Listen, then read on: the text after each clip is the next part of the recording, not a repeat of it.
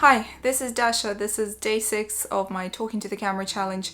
Let's talk about nightmares. And I mean nightmares that have us waking up screaming or crying throughout the night, nightmares because of which we struggle to get a full night's sleep, the kind that are recurring or the kind that are one-off, and the reasons for why they occur. I'm by no means an expert, but I will also try to interpret the nightmares that I have, their meaning, and the solutions that I'm either using right now or might use in the future to help myself cope with that. I believe that any dreams that we have is a manifestation of our subconscious, so anything that we feel or think without necessarily being aware of it, it all manifests itself throughout the night, and that's what impacts what kind of dreams we see. It would be amazing to just see dreams about unicorns and roses, but apparently my brain thinks otherwise. I'm still not quite sure why brains decide that it's a good idea to show us stuff that's scary or upsetting when we sleep, but that's potentially a way for it to cope with whatever situations it faces in real life. So in my understanding, there are potentially two big reasons for the reasons that most of us have nightmares,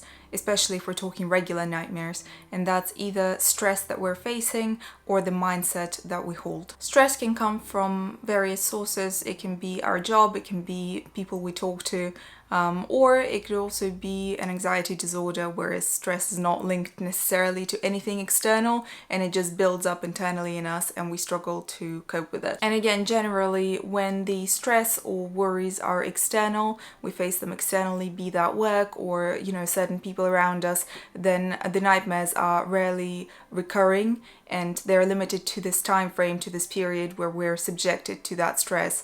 Whereas when we're talking about internally built stress that's not dependent on external factors or events, or we're talking about a certain mindset that we have, that's when nightmares become consistent, repetitive, recurring, and they occur on a regular basis. I've been having nightmares for about 2 years now, multiple times a week, and of course there were periods where they were occurring less and I had better quality sleep, but it inevitably comes back to the state of me waking up crying multiple times a week.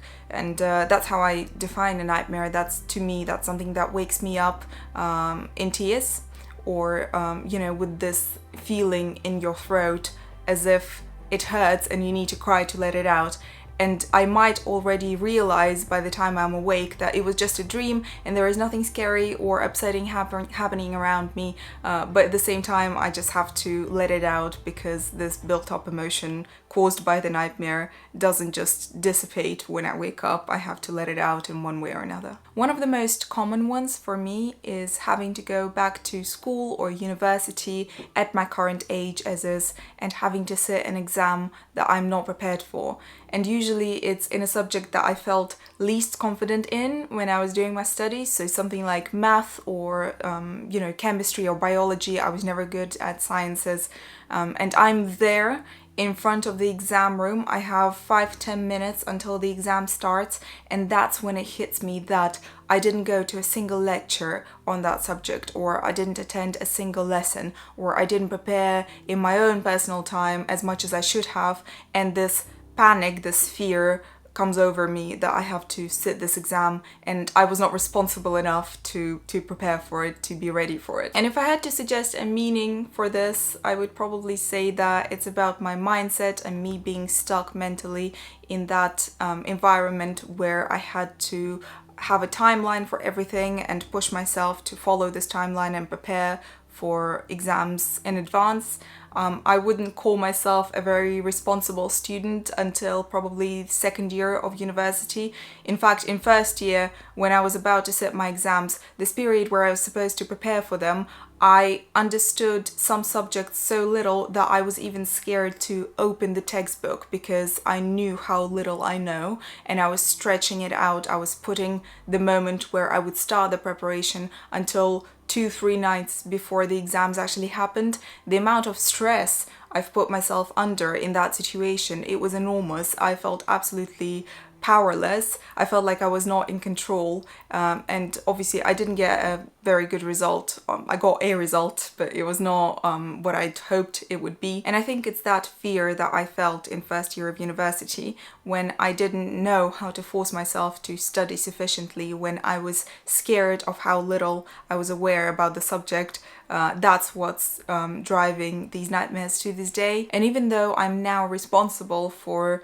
every aspect of my life, I still don't necessarily trust myself 100% that should a situation come up, I will be completely prepared for it. And I think that's maybe another explanation as to why I have these dreams. Another really interesting one that I guess most people wouldn't necessarily see as a nightmare is me just having an argument or falling out with people who are close to me.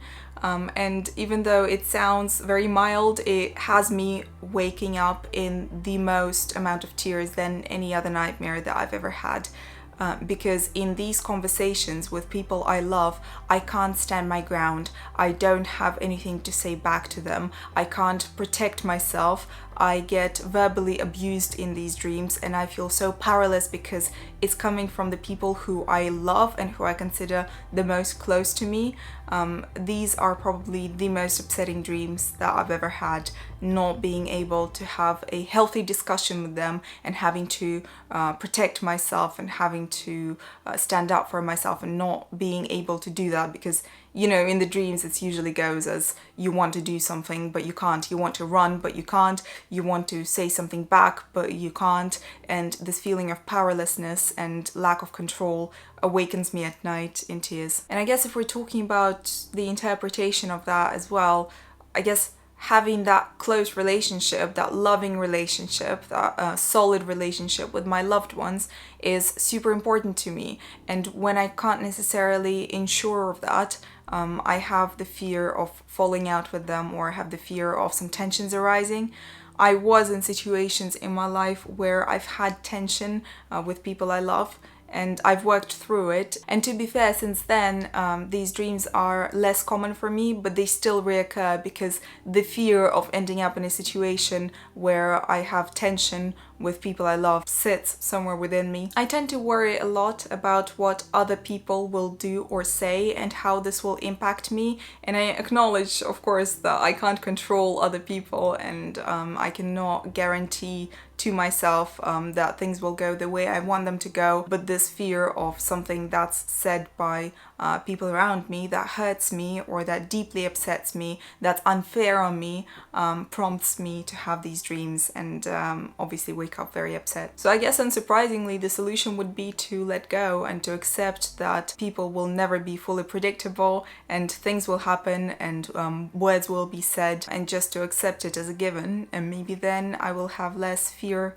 about it. One recurring dream that I used to have a long time ago but not anymore is the dream about a sheet. It's a very curious one and it has multiple ways that it can go. Sometimes the dream about a sheet is the best, the most comfortable, the most enjoyable for me, and sometimes it can turn into a nightmare. And the premise is the same. I'm in this white space. You know how in films when they go to limbo or something, there is this white space with nothing there? It's a space like that in my dream, with everything kind of erased from existence, and on the ground or floor, you know, or whatever it is, there is a sheet, just a cotton sheet. And when the dream would go well, I would be cozying myself up in this sheet. It would be so soft, it would be so nice to touch, it would be very comfortable, and I would feel very protected and safe in this sheet. So I would just wrap myself in it and enjoy my time in this dream and wake up very refreshed, very relaxed. And sometimes the dream would go a very different way.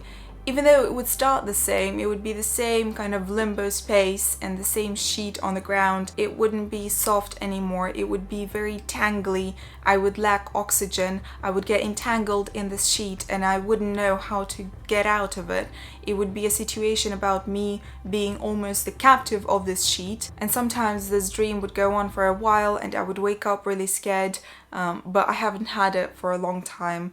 I've probably had it last when I was still in my late teens. I don't think I even could interpret that dream or know why it would go one of the two ways every time, but I think it's a great example of how our brains can see the situation very differently depending on external factors, because the premise was the same, but I guess depending on whether I was stressed in real life, whether I felt trapped in real life, whether I felt like I could have the power and do the things that needed doing, or like things were going on a roll and I couldn't do much about them. I think all of those factors impacted how the dream would go. Did I feel safe and comfortable and enjoying my time lying on that sheet, or would I feel very stressed and try to get out and struggle against it and be powerless? I did try to Google it. I did not find any explanation for this. I didn't find anyone having that dream at all, but I did have it as a recurring nightmare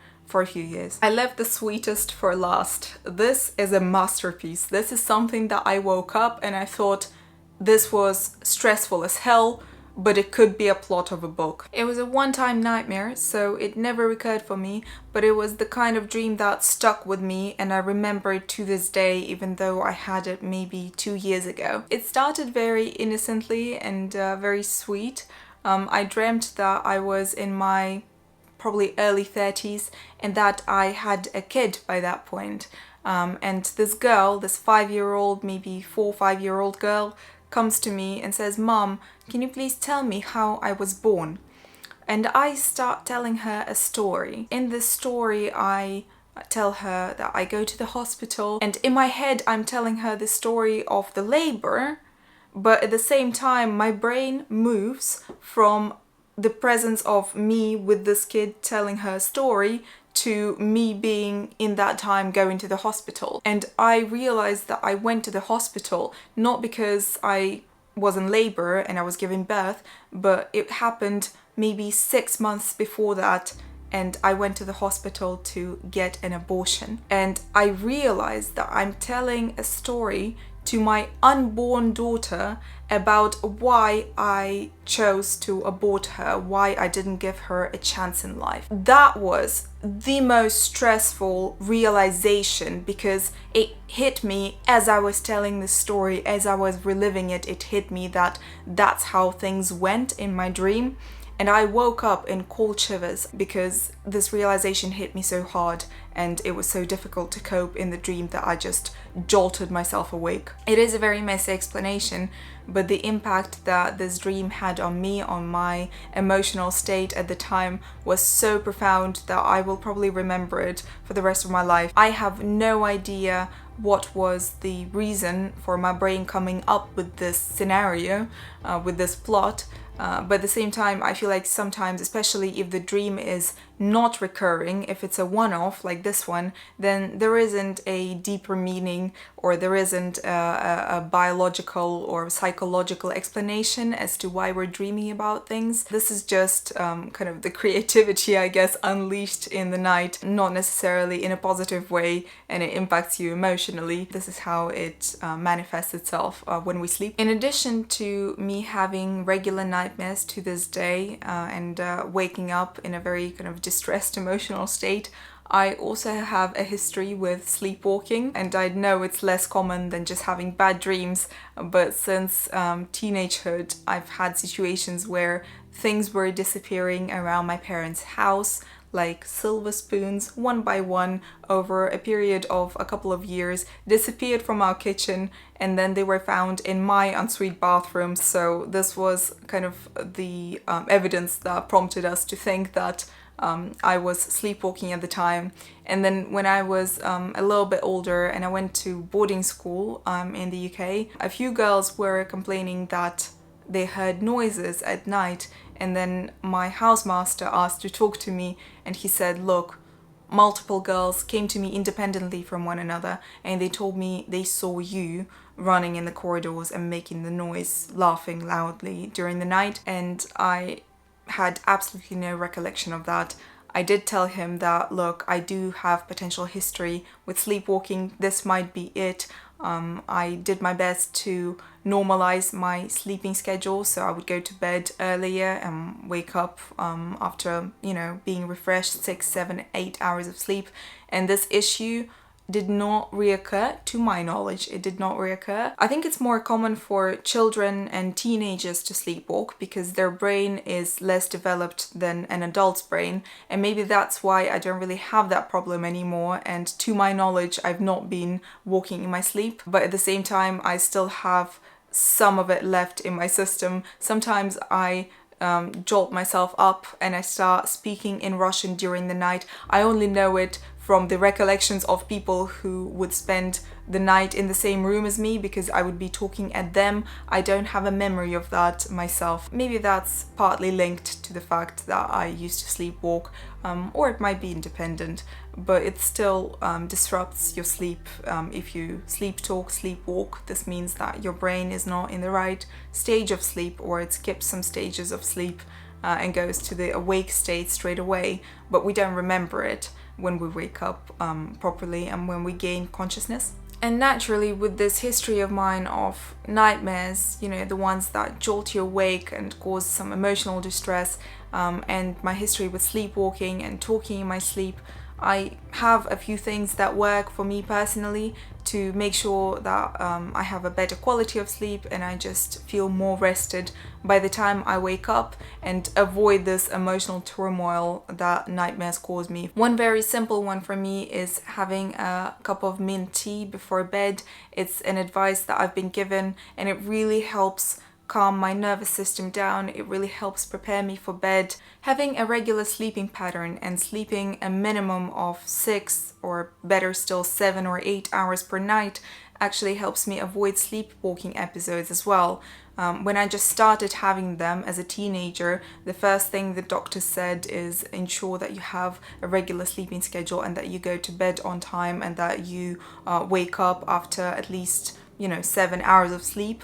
And since then I've had a very established sleeping schedule and I am scared to break it now. Even though I know that sleepwalking is less common in adults, I've developed this habit of having a minimum of 6 or 7 hours of sleep per night, and I am sure that it helps avoid some rare episodes of me sleepwalking or some more common ones of me talking in my sleep. Now, even though I have these short-term solutions that help me relax a little bit and calm myself down, I still suffer from nightmares on a semi-regular basis.